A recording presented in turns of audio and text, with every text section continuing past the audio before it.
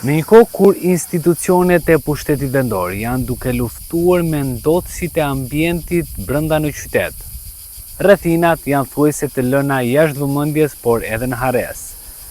Kjo është një ndër rrugët më të frekuentuara nga qyteti i Vlorës në drejtim të Himarës, rruga e Lumit të Vlorës, dhe konkretisht ndodhemi në Sherisht, një ndër hotspotet më problematike për sa i përket ndotjes, qoftë me inerte apo edhe me mbetërina të ndryshme urbane. Në një kohë kur bashkia e ka caktuar depozitimin e mbetjeve të ngurta në Jallit të Nartës, ndërsa mbetjet urbane hidhen në landfillin e Sherishtës, në anë të rrugës vijon të qëndrojë kjo pamje. Sherishta vijon të mbetet një nga zonat më problematike sa i përket depozitimit të mbetjeve inerte edhe atyre urbane, ndërsa e gjithë vëmendja duket se është përqendruar tek pastrimi i vijës bregdetare gjatë sezonit turistik.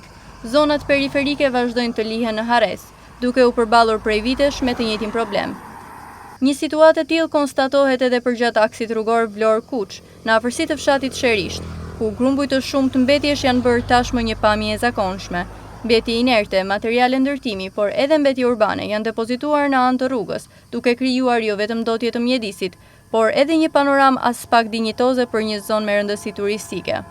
Ky është një nga akset më të frekuentuara gjatë sezonit veror, pasi përdoret nga mira drejtues mjetesh dhe turistë vendas dhe të huaj, që udhëtojnë në drejtimin e Himarës dhe destinacioneve të tjera të Rivierës Shqiptare. Megjithatë, pamja që i pret përgjatë këtij segmenti rrugor bie ndesh me imazhin që synon të promovojë Vlora si një nga destinacionet kryesore turistike të vendit. Banorët e zonës shprehen se problematika është e hershme dhe se pavarësisht ankesave të vazhdueshme, deri më tani nuk është marrë asnjë masë konkrete për pastrimin e zonës apo për parandalimin e hedhjes së mbetjeve. Sipas tyre, mungesa e kontrolleve dhe e monitorimit ka bërë që vend grumbullimi i palishëm të zgjerohet vazhdimisht. Nga sa konstatohet në terren, duket se kjo pjesë është lënë jashtë vëmendjes së Bashkisë Vlorë, ndërsa ndërhyrjet për pastrimin e saj kanë munguar. Situata nuk është krijuar ditët e fundit, por është përsëritur vazhdimisht ndër vite, duke u kthyer në një problem kronik për zonën.